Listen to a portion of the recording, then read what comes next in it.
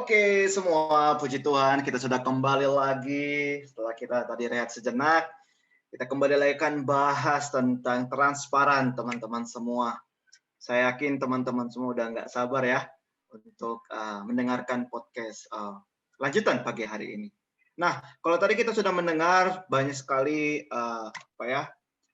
masukan, banyak sekali kebenaran yang sudah kita dengar bahwa ya keterbukaan adalah awal dari pemulihan.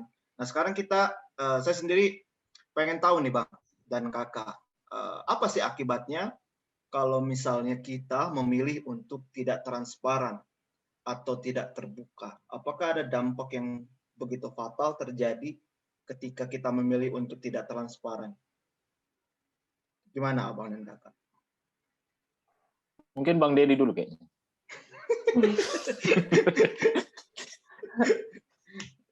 Oke.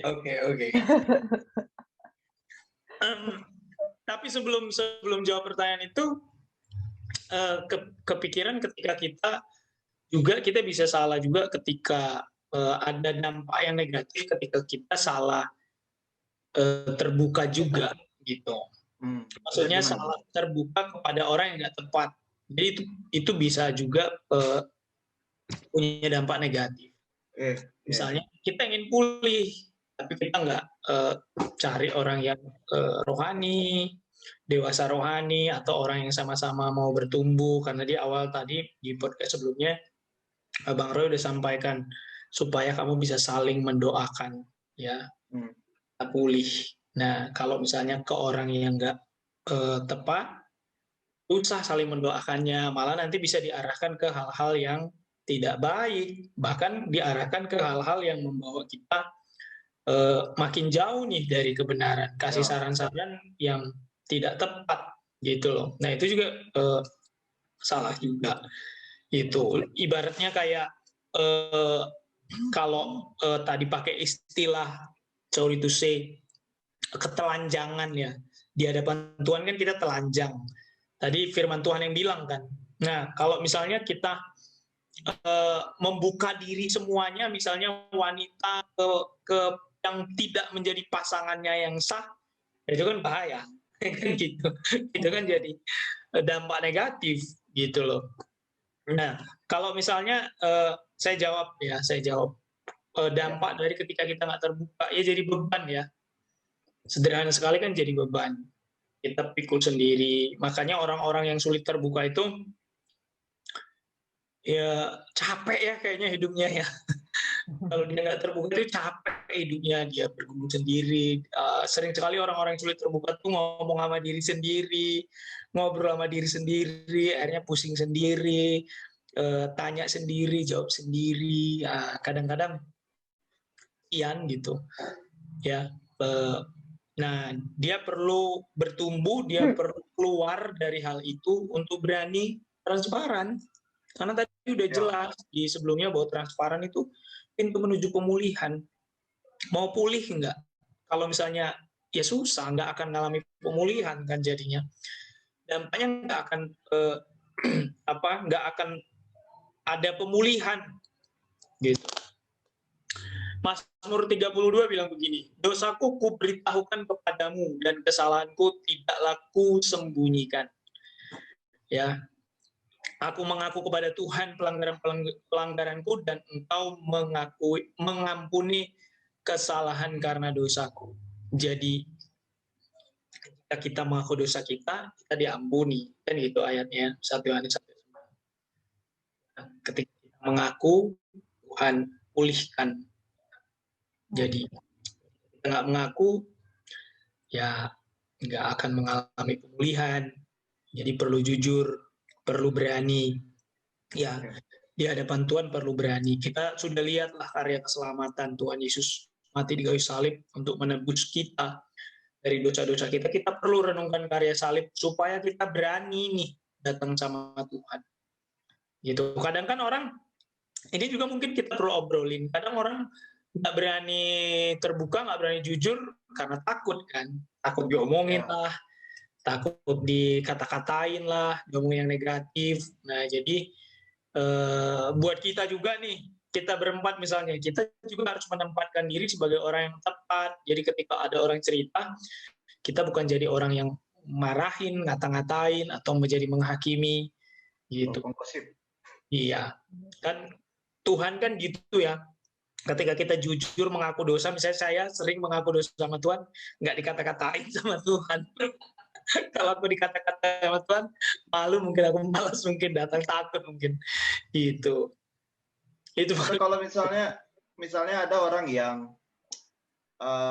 saya kategorikan mungkin orang yang ini Bang, kecewa. Karena dia mungkin udah berapa kali berani untuk sharing sama orang, tapi ternyata sering kali dikecewakan, trauma mungkin ya Bang ya, trauma karena apa yang dia sharingkan, yaitu malah jadi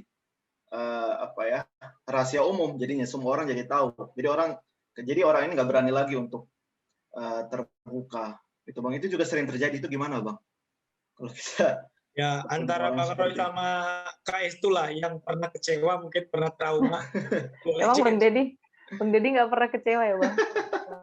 Memang Bang Deddy nggak pernah kecewa.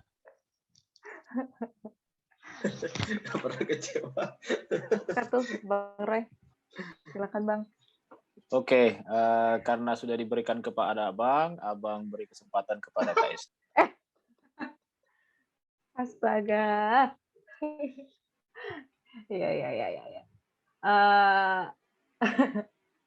Ya.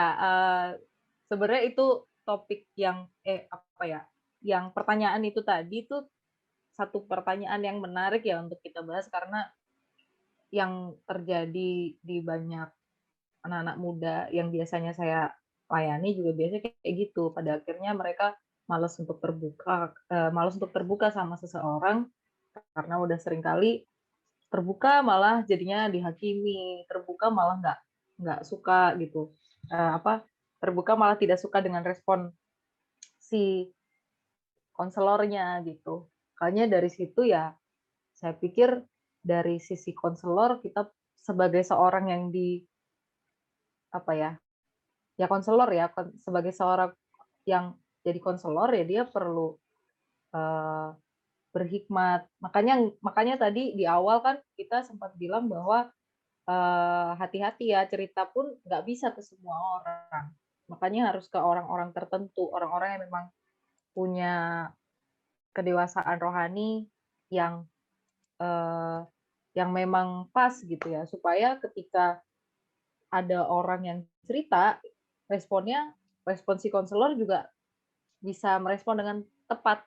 Jadi bukan ke penghakiman lah, tapi ke kasih gitu. Nah, tapi kasusnya kalau misalnya ternyata anak ini sudah seringkali seperti itu, ya perlu dicek dulu apakah dia sudah betul-betul cerita ke orang yang tepat atau belum gitu. Kalau misalnya memang belum, ya berarti kan harus kembali lagi cari orang yang tepat untuk di konselingin, untuk dicerita, untuk mengaku dosa gitu ya. Nah, tapi kalau memang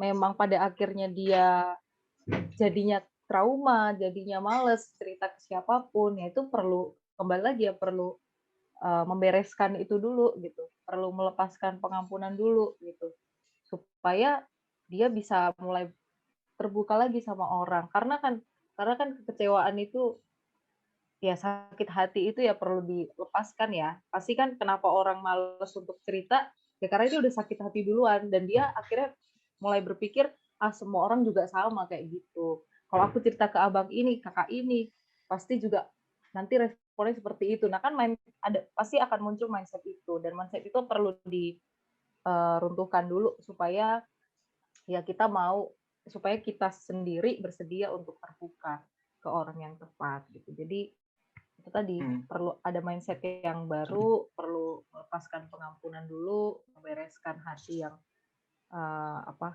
malas untuk terbuka, membereskan hati yang masih sakit, masih trauma, dan itu perlu dipulihkan dulu supaya bisa belajar untuk mulai terbuka. Karena kembali lagi, kalau misalnya itu ditutup-tutupi, ya mungkin akan nggak pulih, seperti Bang Deddy bilang tadi ya, nggak akan pulih gitu nanti gitu.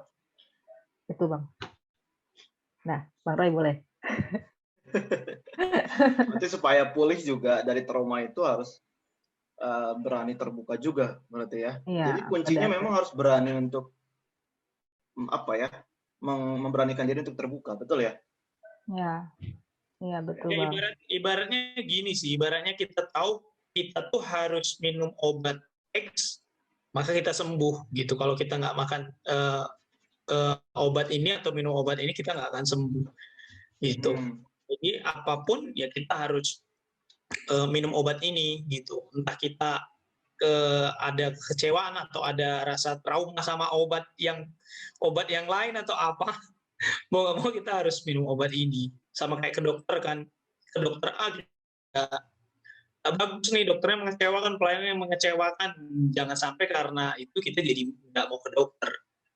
Cari ada dokter lain mungkin yang lebih bagus pelayanannya, rumah sakit yang lebih bagus pelayanannya, itu pasti ketemu kok gitu. Ya. Jadi suka nggak suka memang kita harus memberanikan diri. Begitu teman-teman semua. Nah kita lanjut ya.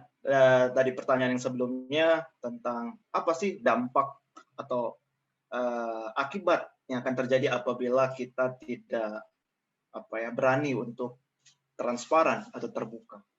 Ya. Silakan Bang Roy. Tinggal apa? Senang kali aku Bang.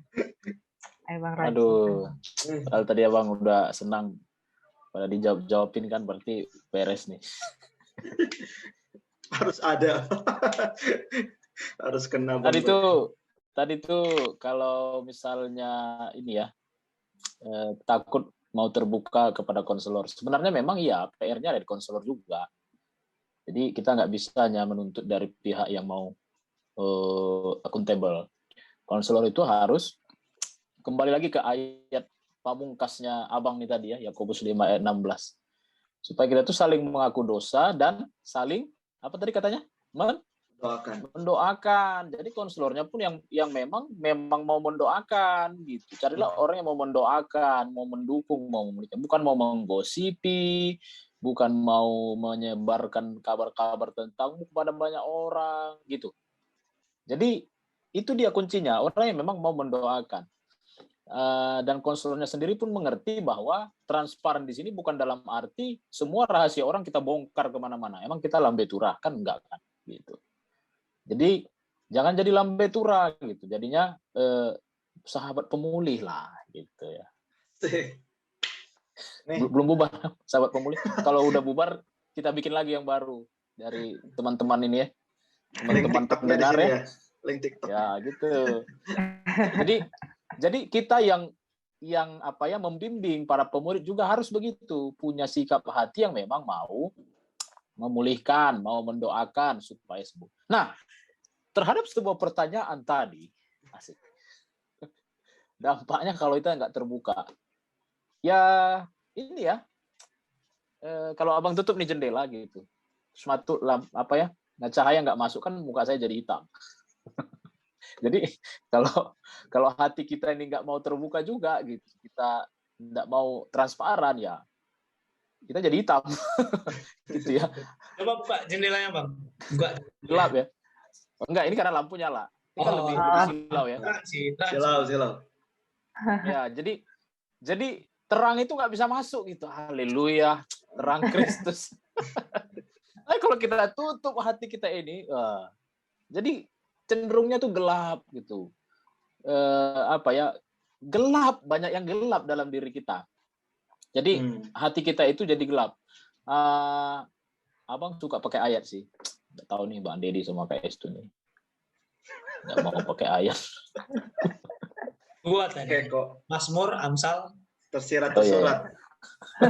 Ya udah, aku tambahin ayat lagi nih. Markus 7 ya, ayat 21 sampai 23. Siapa yang hafal yo? Markus 7 ya. 7 ayat 21 sampai 23. Nah, ini di sini dikatakan apa nih? Coba ada yang sudah buka Bang Raja? Bukan setiap orang yang berseru kepadaku Tuhan, Tuhan akan masuk ke dalam kerajaan surga, melainkan dia yang melakukan kehendak Bapakku yang di surga. Pada hari terakhir. Markus sorry. 7. Ini saya malah buka Raja ini. Matius ya? Matius. Markus Matius Raja 7. harus belajar buka Alkitab. Nggak, soalnya di sini ditulis jadi nggak tahu Markus atau Matius. Oh. Oke, Markus oke. 7 ayat 21 ya. Ya, sampai 23. Sebab dari hati orang timbul segala pikiran jahat, percabulan, pencurian, pembunuhan. Benar ya, Bang Roy ya? Iya, benar. Jangan Perzinahan, insecure. keserakahan, kejahatan, kelicikan, hawa nafsu, iri hati, hujat, kesombongan, kebebalan. Semua hal-hal jahat ini timbul dari dalam dan menajiskan orang. Nah, dari dalam. Ya, Hmm. di dalam. Jadi yang dalam itu harus mana tadi jendelaku? Ini harus diterangi gitu. Supaya dia nggak gelap. Kalau gelap, ya gini nih. Timbullah ini pikiran jahat, percabulan, pencurian, pembunuhan, perzinahan, semua korupsi, kerja nggak bener. Apa Dad? Amin Ada katanya. suara-suara Bang Amin. Ded. Iya, sepakat maksudnya Bang. Sepakat. Udah tahu Amin, Bang. amin. Kamu pasti sepakat ya Bang. Kapan sih si Dedi nggak sepakat? Ya bener ya, guys, gitu. Jadi belajarlah transparan dalam segala hal gitu. Dalam pekerjaanmu, kamu yang kerja jadi PNS, ya pegawai negeri apa nih? Ya, surga ya, Sipil. bukannya. Sipil. Pegawai negeri sipil. Terus teman-teman yang kerja di kantoran, yang bisnis, transparan. Kalau ada proyek harus transparan. Ingat ya Musa waktu disuruh Tuhan membuat apa ya? Bait Allah begitu. Bait Allah. Nah, dia buat pencatatannya loh. Akuntabel banget gitu. Jadi Wow. jangan hanya bendahara yang kita tuntut jadi akuntabel. Semua kita. Saya sebagai suami saya harus akuntabel dong di hadapan istri saya, harus transparan kepada leader saya, kepada pemerintah saya, kepada ketua RT saya kalau saya dimintai sesuatu, pertanggungjawaban, kepada polisi, kepada semua orang di mana kita harus memberikan transparansi. Mari transparan supaya pada akhirnya ya dari kehidupan yang transparan ini muncul satu nilai yang baru, yaitu namanya integritas. Nah, inilah yang menjadi masalah banyak anak-anak muda atau orang-orang Kristen, anak-anak Tuhan. Karena sedih banget ya di pemerintahan kita ini juga yang bikin malu itu juga orang-orang Kristen yang korupsi lah, yang kisah-kisah perselingkuhan lah, kisah-kisah perceraian lah dan lain sebagainya. Itu diwarnai juga oleh anak-anak Tuhan loh gitu. Jadi jangan bilang dunia, kita juga kena ke situ gitu.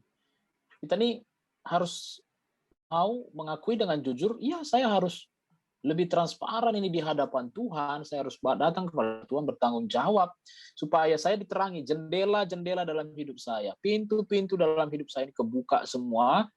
Jadi cahaya Tuhan itu, cahaya Injil itu, cahaya firman Tuhan itu bisa masuk gitu, nggak mental. Nah gitu guys ya kira-kira.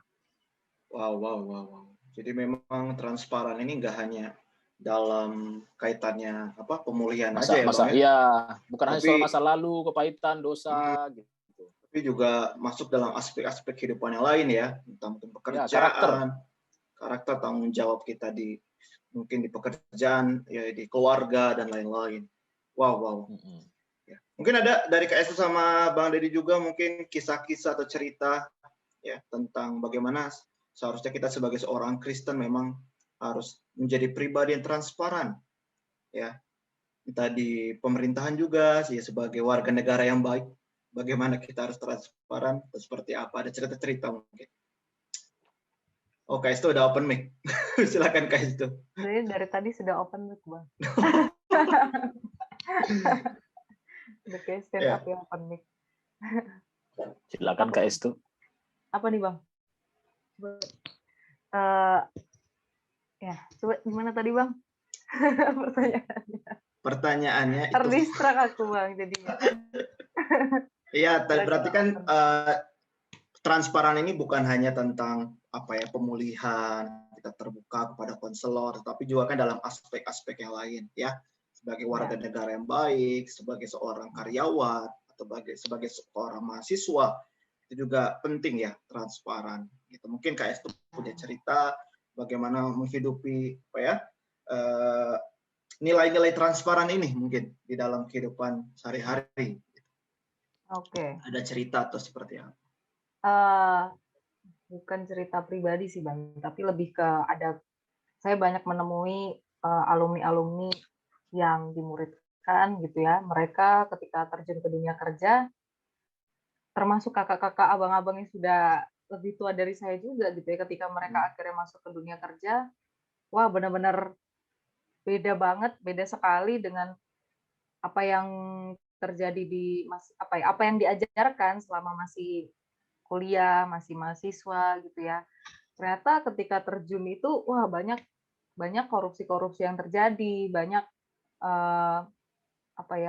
banyak kecurangan-kecurangan yang terjadi gitu. Dan di situ saya melihat bagaimana para alumni ini pada akhirnya ya ada pada pilihan, kamu mau tetap memperjuangkan nilai-nilai kebenaran atau ngikut banyak orang gitu. Maksudnya ngikut orang banyak, ngikut masyarakat seperti biasanya. Makanya Bang Roy sempat sampaikan ya tentang integritas. Betul-betul ketika masuk dunia alumni, lulus dari kampus, kemudian mulai bekerja, di situ benar-benar, makanya kalau orang habis lulus itu biasanya ditulis ucapan ya, welcome to the jungle.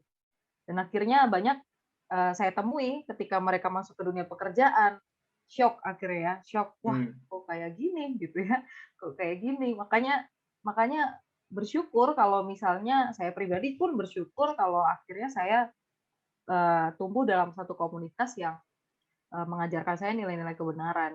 Karena ternyata di luar sana banyak orang-orang yang bahkan mengaku Kristen juga, mengaku orang-orang yang percaya gitu ya, tapi ketika terjun ke jungle-nya itu, ke dunia pekerjaan, pada akhirnya justru malah menyimpang dari nilai-nilai kebenaran gitu.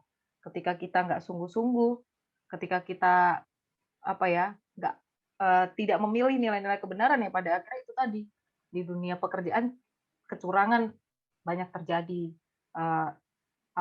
korupsi, kolusi, nepotisme itu banyak terjadi di dunia pekerjaan. Mungkin di daerah bagian pemerintahan pun itu banyak terjadi. Cuman ya kita sebagai orang-orang yang ngerti kebenaran, kita sebagai orang-orang yang tahu firman Tuhan, harusnya memang kita tetap memilih untuk tetap memilih nilai kebenaran itu gitu. Maksudnya tetap jujur, nggak mau terima suap gitu. Karena dunia pekerjaan ini sangat-sangat sangat keras ya kalau soal begituan gitu.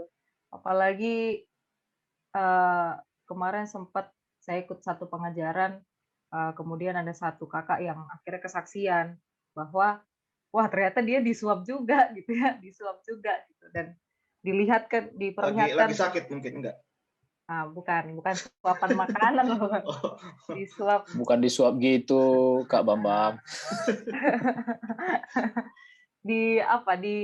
Disogok uang. Nah, disogok uang. Sogok. Iya, supaya rencana-rencana yang untuk keuntungan pribadi gitu bisa terlaksana. Dan saya cukup kaget ya dengan bagaimana kakak ini pada akhirnya tetap memilih untuk ya saya nggak bisa Bu gitu ya. Dia menolak untuk dikasih uang tambahan gitu ya, karena itu memang mungkin akan merugikan masyarakat dan itu luar biasa sih ya. Makanya penting sekali selama kita masih muda, selama kita jadi mahasiswa gitu dimuridkan dengan apa yang tertulis di firman Tuhan gitu ya, itu penting sekali karena pada akhirnya di dunia pekerjaan akan semakin sulit maksudnya. Meskipun sekarang mungkin udah sulit ya di masa-masa kuliah aja atau mungkin di masa-masa sekolah itu udah sulit, tapi dunia pekerjaan itu semakin sulit kalau kita nggak benar-benar teguh berpegang pada firman, bisa aja kita jatuh, bisa aja pada akhirnya kita malah apa firman Tuhan bilang kita jadilah garam dan terang dunia. Justru ketika kita nggak kuat gitu, kita nggak sadar ketika masuk kerja gitu, ketika masuk dunia kerja, jangan-jangan kita udah nggak jadi terang lagi gitu. Dan jangan jadi kita gelap malah, ya. Nah, jadi gelap kayak tadi Bang Roy bilang, ditutup gordennya jendelanya. ya Iya, jendelanya. tutup. Betul. Nah, jadi ya makanya perlu jadi pribadi yang berintegritas kembali lagi ya, supaya Yang tetap transparan ya. tetap membuka, tetap jujur lah ya, jujur di hadapan Tuhan, di hadapan bos ya, kalau di dunia profesional kan di hadapan bos, di hadapan atasan, supaya ya kita tetap pegang nilai kebenaran itu, nilai-nilai firman Tuhan, gitu Bang. Amin. Ya, amin. Jadi walaupun di negeri ini budaya sogok menyogok itu biasa, tetapi tidak bagi orang percaya. Amin ya. Bagi orang-orang yang tahu kebenaran, nilai integritas, ini bukan hal yang biasa. Ya, kita mau coba untuk hidup sesuai dengan nilai-nilai kebenaran firman Tuhan. Oke, mungkin terakhir dari abang kita, ada Bang Dedi mungkin menambahkan? Cukup. Cukup.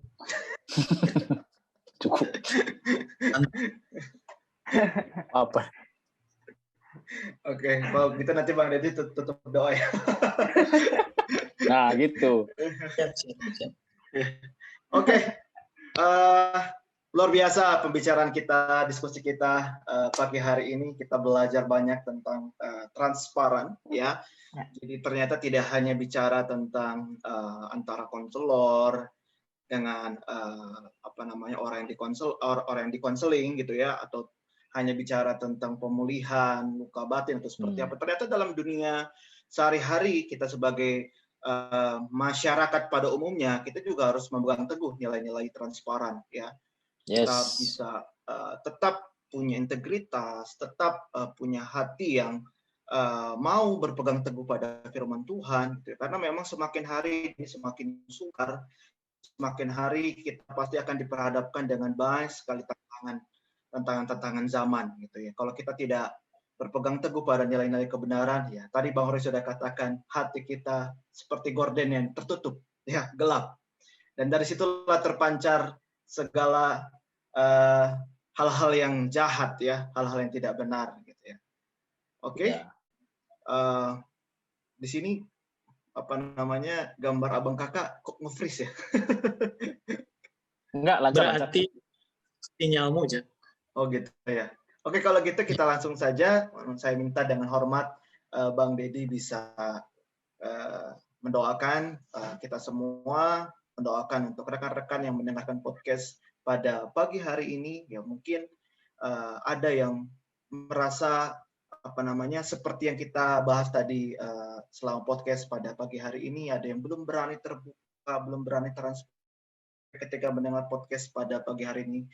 Seperti ada secercah harapan atau ada terang yang muncul dalam hati untuk mau terbuka. Yang mana pagi hari ini ya kita minta dengan hormat Bang Dedi bisa mendoakan setiap kita. Silakan. Mungkin bisa juga didoakan Bang Ded, teman-teman yang ada di dunia pekerjaan, bisnis, keluarga juga yang bergumul untuk transparan itu ternyata mungkin bisa berisiko. Karena bisa berisiko kehilangan pekerjaan, kehilangan keuntungan, kehilangan hubungan atau apalah begitu ya.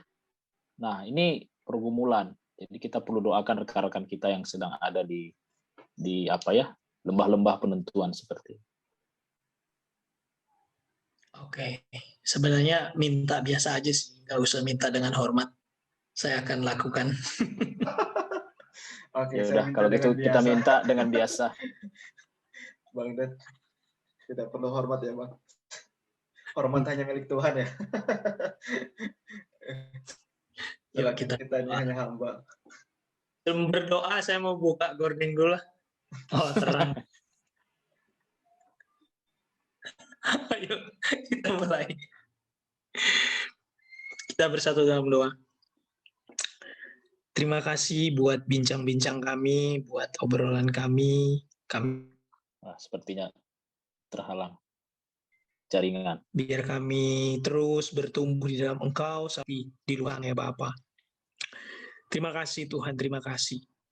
Kami berdoa, kami rindu terus Engkau pertemukan kami dengan rekan-rekan kami, dengan kakak-kakak kami yang sama-sama rindu bertumbuh, sama-sama mau saling membangun, saling mendoakan Amin. satu dengan yang lain, sehingga kami tidak takut untuk terbuka, kami tidak takut untuk transparan, tidak takut untuk apa adanya di dalam relasi kami dengan mereka. Pertemukan kami Ya. dengan orang-orang demikian juga ya Tuhan. Kami berdoa, persiapkan kami menjadi orang-orang yang dapat dicari banyak orang untuk mereka terbuka kepada setiap kami. Kami berdoa, kami menjadi orang-orang yang mempersiapkan diri kami untuk menjadi orang yang dapat dipercaya ya Tuhan. Ya. Berkati kami untuk kami bisa mengayomi, menguatkan dengan baik, menasehati dengan baik, sehingga pertumbuhan terjadi ya Tuhan. Berdoa dalam nama Tuhan Yesus Kristus, supaya kami juga tidak takut untuk terbuka kepada Tuhan, karena kami tahu pemulihan sejati hanya daripada Tuhan. Biarlah dengan kondisi apapun kami datang kepada Tuhan dengan penuh keberanian. Semua tuduhan dari dalam hati kami, dari luar, semua itu tidak menguasai kami, tapi kami datang kepada Tuhan dengan memegang firman-Mu. Bapak, kami berdoa juga buat rekan-rekan kami yang ada di dunia pekerjaan, di tengah-tengah mereka harus mengambil keputusan yang sukar, mungkin harus berbohong, harus melakukan yang tidak benar, atau tetap di dalam kebenaran firman-Mu. Tolong mereka Tuhan, beri dalam nama Yesus mengambil keputusan. Kami berdoa menopang mereka supaya mereka bisa mengambil keputusan dengan tepat, tidak takut kehilangan yang lain kecuali Tuhan. Mereka mengejar perkenanan Tuhan daripada yang lain.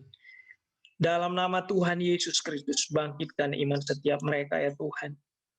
Amin Tuhan. Kami percaya ada jalan-jalan Tuhan yang terbaik di dalam setiap kehidupan mereka. Sekalipun mungkin mereka harus kehilangan respect, kehilangan pekerjaan, atau jadi dijauhi oleh teman-teman kantor, atau kehilangan kepercayaan dari pimpinan di kantor mereka. Kami berdoa Tuhan sanggup menjadikan segala sesuatu yang kami lihat tidak baik, Tuhan sanggup menjadikannya menjadi satu kebaikan dalam nama Tuhan Yesus Kristus. Kuatkan mereka, beri hikmat, tolong mereka untuk menjadi terang dan garam di dunia pekerjaan ya Tuhan, di dunia politik ya Tuhan, di dunia pemerintahan. Tolong anak-anak-Mu ya Tuhan di sana, dalam nama Tuhan Yesus Kristus. Kami percaya segala sesuatu Tuhan izinkan terjadi mendatangkan kebaikan.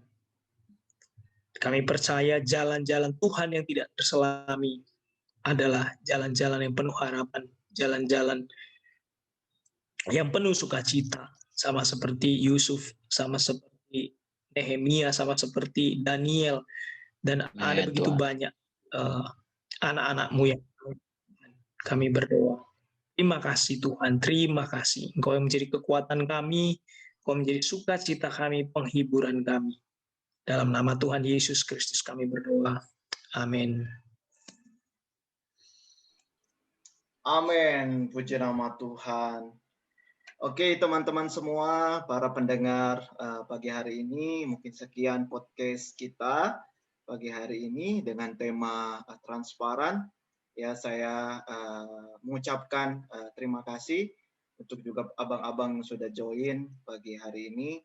Dan saya katakan Anda hebat, teman-teman semua yang berani ya untuk transparan, berani untuk tetap memegang nilai-nilai kebenaran, entah itu di dalam pekerjaan kalian, dalam kalian sebagai mahasiswa, kalian sebagai seorang mungkin pegawai negeri, ya, tetap memegang nilai-nilai transparan. Itu saya ucapkan luar biasa sekali, hebat gitu ya. Dan tetaplah ya kita memegang teguh nilai-nilai kebenaran. Dan saya juga mengundang teman-teman semua untuk follow akun IG kami. Sekali lagi ya, saya ingatkan bisa subscribe channel kami YouTube dan follow Spotify kami. Dan apabila teman-teman rindu untuk merequest tema-tema podcast selanjutnya, bisa komen di kolom YouTube ya, atau di IG atau di Spotify saya kurang tahu gitu ya. Di YouTube mungkin ya. ada yang rindu mau temanya apa, bisa komen di YouTube kami. Mungkin itu aja yang bisa saya sampaikan. Sampai ketemu di podcast selanjutnya. Tuhan Yesus memberkati. Shalom.